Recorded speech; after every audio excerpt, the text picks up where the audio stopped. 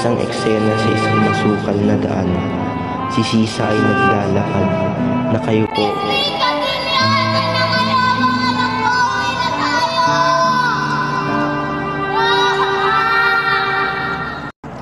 Mahina, paos ang tinig, tila naglalakad sa kawalan.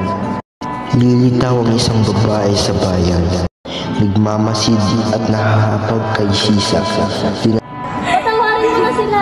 Hindi ako uwi hanggat wala yung mga anak ko. Crispin, Basilia, asan na kayo?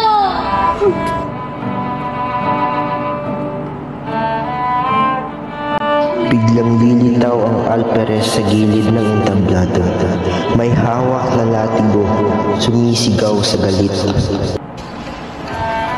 Ikaw, babae, magnanakaw ang mga anak mo, mga walang kwenta. Ha. Kukunin namin sila. Hindi yan totoo. Hindi magnanakaw ang mga anak ko. Mga walang kwenta.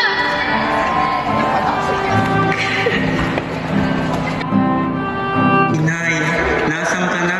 Tulungan mo ako. Biglang lilitaw si Basilio at Crispin sa isang sulok ng entablado. Mistulang mga alaala ni Sisa.